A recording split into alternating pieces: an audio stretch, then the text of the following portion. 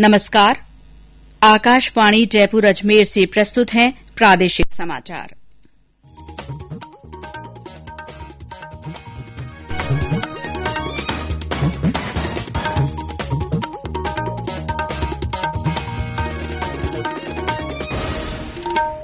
मुख्य समाचार।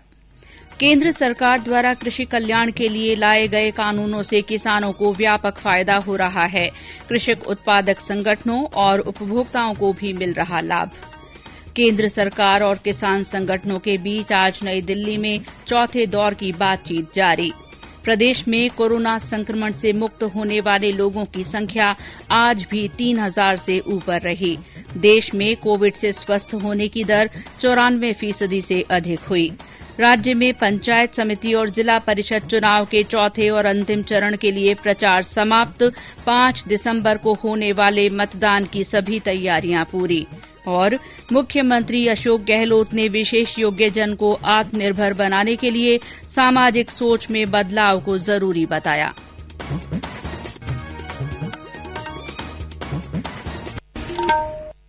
समाचारों के साथ मैं शीला चावला। कोविड-19 महामारी के खिलाफ देश एकजुट होकर लड़ रहा है। आप भी हमारे साथ सुरक्षा और बचाव के 3 आसान एहतियाती उपायों का संकल्प लें।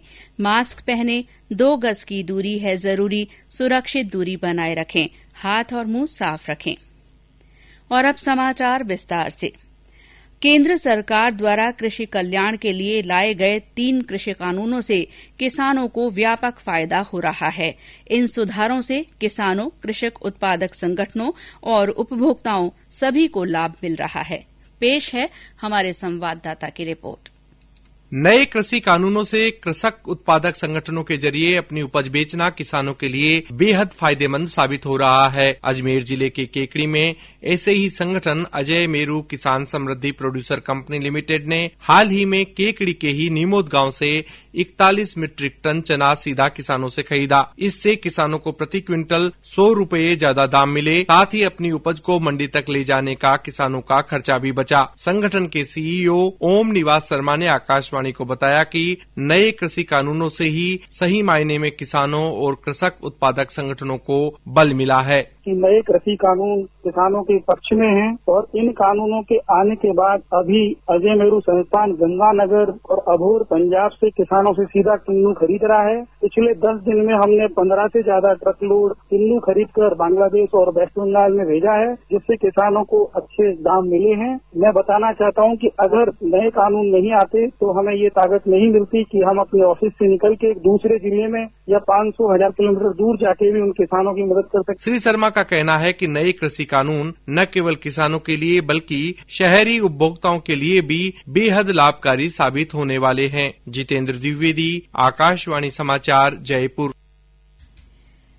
कृषि से संबंधित 3 नए कानूनों पर चर्चा के लिए सरकार और किसानों के प्रतिनिधियों के बीच नई दिल्ली में चौथे दौर की बैठक चल रही है। बैठक में कृषि मंत्री नरेंद्र सिंह तोमर और वाणिज्य मंत्री पीयूष गोयल सरकार का पक्ष रख रहे हैं।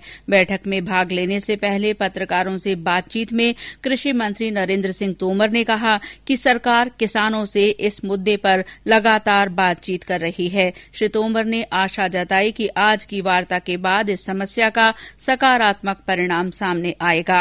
बैठक में 32 किसान संघों के 40 प्रतिनिधि भाग ले रहे हैं। कृषि मंत्री ने कहा है कि सरकार किसानों के कल्याण के लिए प्रतिबद्ध है और कृषि का विकास सरकार की सर्वोच्च प्राथमिकता है। उन्होंने किसानों से आंदोलन का रास्ता छोड़ने की भी अपील की है। प्रदेश में कोरोना के नए मामलों में कल के मुकाबले आज मामूली बढ़ोतरी दर्ज की गई है। आज संक्रमण के 2086 नए मामले सामने आए हैं। पिछले 24 घंटों में 3232 लोग संक्रमण से मुक्त भी हुए हैं। इससे सक्रिय मामलों की संख्या घटकर 25,544 रह गई है। बीते 24 घंटों में संक्रमण के कारण 20 लोगों की मृत्यु हुई है। इससे मृतकों की संख्या बढ़कर 2370 हो गई है। आज राजधानी जयपुर में 590 लोगों में कोविड-19 की पुष्टि हुई है। इसके अलावा जोधपुर से 201, कोटा से 149, अजमेर से 112 और अलवर से 101 नए कोविड मरीज रिपोर्ट हुए हैं। देश में लगातार 26वें दिन संक्रमित लोगों की संख्या 50,000 से कम रही है। पिछले 24 घंटों के दौरान 35,500 नए मामलों की पुष्टि हुई, जबकि इस दौरान 41,000 रोगी स्वस्थ हुए हैं। अब तक करीब 90 लाख लोग स्वस्थ हो चुके हैं, जिससे स्वस्थ होने की दर 94.11% तक पहुंच गई है। देश में अब कुल 4,22,943 सक्रिय कोरोना रोगी हैं। केंद्र सरकार द्वारा कोरोना के विरुद्ध चलाए जा रहे जन आंदोलन के तहत आकाशवाणी जयपुर के समाचार बुलेटिनों में विशेष श्रृंखला जनता का संदेश जनता के नाम चलाई जा रही है। इसी के तहत सुनिए हमारे एक और श्रोता का संदेश। आकाशवाणी के सभी श्रोताओं को सोडियार गांव बाड़मेर से नेमाराम चौधरी का नमस्कार। साथियों, कोविड-19 का खतरा अभी टला नहीं, इसलिए आप सभी से मेरी विनम्र प्रार्थना है कि इस महामारी को हल्के में नहीं लें, मास्क पहने, औरों से 2 गज दूर रहें, छींकते और खांसते समय अपनी नाक व मुंह को टिश्यू से ढकें, बुजुर्गों और बच्चों का विशेष ख्याल रखें। कोरोना वायरस से जंग हम जीत सकते हैं, डर कर नहीं, डट कर। जय हिंद। हमारे दूसरे श्रोता भी कोरोना जन जागरूकता आंदोलन से जुड़ सकते हैं। इसके लिए आपको अपना संदेश रिकॉर्ड कर या टाइप कर हमारे व्हाट्सएप नंबर 9414052368 पर भेजना होगा। चयनित संदेशों को आगामी बुलेटिनों में शामिल किया जाएगा। अखिल भारतीय आयुर्विज्ञान संस्थान एम्स के निदेशक डॉक्टर रणदीप गुलेरिया ने कहा है कि देश में कोरोना वैक्सीन ट्रायल के अंतिम चरण में है। उन्होंने कहा कि ट्रायल से अभी तक जो भी डेटा प्राप्त हुआ है, उससे वैक्सीन के सुरक्षित होने के संकेत मिले हैं।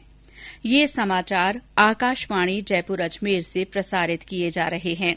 समाचार अभी और भी हैं, लेकिन पहले ये संदेश।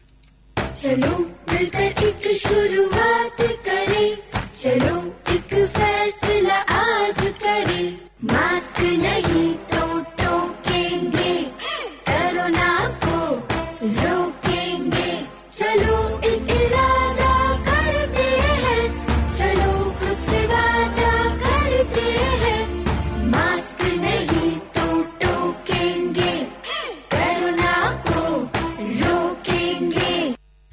समाचारों में आपका फिर स्वागत है। प्रदेश में पंचायत समिति और जिला परिषद चुनाव के चौथे और अंतिम चरण के लिए प्रचार आज शाम 5 बजे समाप्त हो गया। अंतिम दिन प्रत्याशियों ने चुनाव प्रचार में अपनी पूरी ताकत लगा दी। बांसवाड़ा में जनजातीय क्षेत्रीय विकास राज्य मंत्री अर्जुन सिंह बामनिया और विधायक महेंद्रजीत सिंह मालवीय ने कांग्रेस की ओर से चुनाव सभाएं की। अंतिम चरण में 46 पंचायत समितियों में 5 दिसंबर को सुबह 7:30 बजे से शाम 5 बजे तक मतदान होगा। मतगणना 8 दिसंबर को होगी। वहीं नगर निकाय चुनावों के लिए प्रदेश की 7 नगर परिषदों और 43 नगर पालिकाओं के लिए आज नाम वापसी की समय सीमा समाप्त हो गई। इसके साथ ही अब इन निकायों में उम्मीदवारों की स्थिति स्पष्ट हो जाएगी। कल सभी उम्मीदवारों की सूची जारी की जाएगी, साथ ही उन्हें चुनाव चिन्ह आवंटित किए जाएंगे। संबंधित निकाय क्षेत्रों में आगामी 11 दिसंबर को वोट डाले जाएंगे। इस बीच प्रदेश के विभिन्न जिलों में इन चुनावों के लिए प्रशासनिक तैयारियों के अलावा मतदाताओं को जागरूक करने के आयोजन हो रहे हैं। बूंदी में आज शिक्षा विभाग की ओर से मतदाता जागरूकता रैली निकाली गई। इस दौरान पात्र लोगों से मतदाता सूची में नाम जुड़वाने की अपील की गई। भरतपुर में निकाय चुनावों के लिए मतदान अधिकारियों और कर्मचारियों को प्रशिक्षण दिया गया। बांसवाड़ा में 5 दिसंबर को होने वाले मतदान को लेकर आज छोटी सरवन पंचायत समिति के अति संवेदनशील क्षेत्रों में पुलिस ने फ्लैग मार्च निकालकर मतदाताओं से निर्भय होकर वोट डालने की अपील की। मुख्यमंत्री अशोक गहलोत ने कहा है कि समय के साथ विशेष योग्यजन के प्रति समाज की सोच बदलना जरूरी है। उन्होंने कहा कि विशेष योग्यजन की शारीरिक कमजोरी को उनकी ताकत बनाकर उन्हें आत्मनिर्भरता के लिए प्रोत्साहित किया जाना चाहिए। मुख्यमंत्री आज जयपुर में सामाजिक न्याय और अधिकारिता विभाग की ओर से अंतर्राष्ट्रीय विशेष योग्यजन दिवस के मौके पर आयोजित वर्चुअल पुरस्कार वितरण समारोह को संबोधित कर रहे थे। श्री गहलोत ने कहा कि विशेष योग्यजन के लिए अभी भी बहुत कुछ करना बाकी है और उनकी सेवा हम सभी का धर्म है। संस्थाओं को, तमाम उन कर्मचारियों को जो सेवा कर रहे हैं, विकलांगों की, दिव्यांगों की, तमाम ब्यूरोक्रेसी के साथियों को, कर्मचारियों को कहना चाहूंगा कि हम अपना धर्म समझ करके, अपना कर्तव्य समझ करके विकलांग साथियों के लिए कोई कमी नहीं रखें, ये हमारी सोच हो। इनके लिए नए नए कोर्सेज चले, नए नए सुविधाएं मिले, ये तमाम काम मैंने कहा आपको जितना करेंगे उतना कम है। तो मुझे उम्मीद है कि राजस्थान पीछे नहीं रहेगा और हम लोग इसमें अवश्य और ज्यादा कामयाब होंगे। कार्यक्रम में 57 व्यक्तियों और संस्थाओं को उत्कृष्ट कार्य के लिए पुरस्कृत किया गया। अंतर्राष्ट्रीय विशेष योग्यजन दिवस के मौके पर प्रदेश के विभिन्न जिलों में भी कार्यक्रम आयोजित किए गए। झालावाड़ में रैली निकालकर विशेष योग्यजन को उनका नाम मतदाता सूची में जुड़वाने के लिए प्रेरित किया गया। भरतपुर में जिला कलेक्टर ने शास्त्री पार्क में आयोजित कार्यक्रम में उल्लेखनीय कार्य करने वाले विशेष योग्यजन को सम्मानित किया। देश के पहले राष्ट्रपति और भारत रत्न से सम्मानित डॉक्टर राजेंद्र प्रसाद की आज जयंती है। प्रधानमंत्री नरेंद्र मोदी ने डॉक्टर प्रसाद को श्रद्धांजलि दी है। प्रधानमंत्री ने एक ट्वीट में कहा कि आजादी की लड़ाई और संविधान बनाने में डॉक्टर प्रसाद की महत्वपूर्ण भूमिका थी। मुख्यमंत्री अशोक गहलोत ने भी पूर्व राष्ट्रपति को विनम्र श्रद्धांजलि दी। उन्होंने कहा कि डॉक्टर प्रसाद के मूल्यों, आदर्शों और स्वतंत्रता आंदोलन के एक प्रमुख नेता के रूप में उनके योगदान को कभी भुलाया नहीं जा सकता। डॉक्टर राजेंद्र प्रसाद की स्मृति में देश भर में 3 दिसंबर को कृषि शिक्षा दिवस मनाया जाता है। इसी क्रम में बीकानेर के स्वामी केशवानंद राजस्थान कृषि विश्वविद्यालय में कृषि विद्यार्थियों के लिए कृषि क्षेत्र में अवसर विषय पर वर्चुअल संगोष्ठी आयोजित की गई। राष्ट्रीय कृषि शिक्षा परियोजना के तहत बीकानेर के खाजूवाला की चक 2 बीडी और 8 केवाईडी के स्कूलों में जागरूकता गतिविधियां आयोजित की गईं। देश में हॉकी के जादूगर के नाम से विख्यात ओलंपियन मेजर ध्यानचंद की आज पुण्यतिथि है। मुख्यमंत्री अशोक गहलोत ने उन्हें श्रद्धांजलि अर्पित करते हुए कहा कि वे एक महान खिलाड़ी थे। उनका जीवन और खेल नए खिलाड़ियों के लिए प्रेरणा है। और अब मौसम। प्रदेश में तापमान में उतार चढ़ाव का सिलसिला बना हुआ है। राज्य में आज भी माउंट आबू सबसे ठंडा स्थान रहा, जहां न्यूनतम तापमान 4 डिग्री सेल्सियस रिकॉर्ड किया गया। इसके अलावा सीकर और चूरू में न्यूनतम तापमान 6.5 डिग्री सेल्सियस, पिलानी में 7.9, भीलवाड़ा में 8.6, श्रीगंगानगर में 9.8, चित्तौड़गढ़ में 10, उदयपुर में 10.4, जोधपुर में 10.8 और राजधानी जयपुर में 12 डिग्री सेल्सियस रिकॉर्ड किया गया। माध्यमिक शिक्षा बोर्ड राजस्थान की ओर से विशेष पूरक परीक्षा 17 दिसंबर को आयोजित की जाएगी। ये परीक्षा केवल अजमेर में एक केंद्र पर होगी। इसमें नियमित और स्वयं पाठी दोनों तरह के परीक्षार्थी शामिल हो सकेंगे।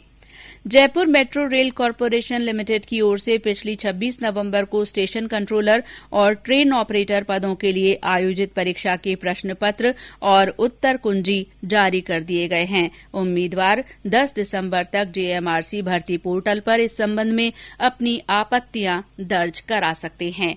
और अंत में मुख्य समाचार एक बार फिर। केंद्र सरकार द्वारा कृषि कल्याण के लिए लाए गए कानूनों से किसानों को व्यापक फायदा हो रहा है। कृषक उत्पादक संगठनों और उपभोक्ताओं को भी मिल रहा है लाभ। केंद्र सरकार और किसान संगठनों के बीच आज नई दिल्ली में चौथे दौर की बातचीत जारी है। प्रदेश में कोरोना संक्रमण से मुक्त होने वाले लोगों की संख्या आज भी 3000 से ऊपर दर्ज हुई है। देश में कोविड से स्वस्थ होने की दर बढ़कर 94% से ऊपर हो गई है। राज्य में पंचायत समिति और जिला परिषद चुनाव के चौथे और अंतिम चरण के लिए प्रचार समाप्त हो गया है। और मुख्यमंत्री अशोक गहलोत ने विशेष योग्यजन को आत्मनिर्भर बनाने के लिए सामाजिक सोच में बदलाव को जरूरी बताया है। इसी के साथ प्रादेशिक समाचार बुलेटिन समाप्त हुआ। नमस्कार।